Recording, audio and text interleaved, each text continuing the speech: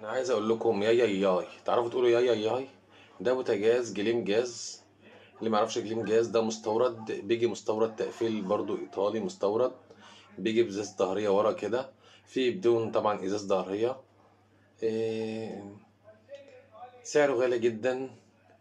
طبعا اسعار رفعت، هو كان ارخص من كده بكتير. بس انا في الاول في الاخر هقول لك هو بوتاجاز بس كده والله.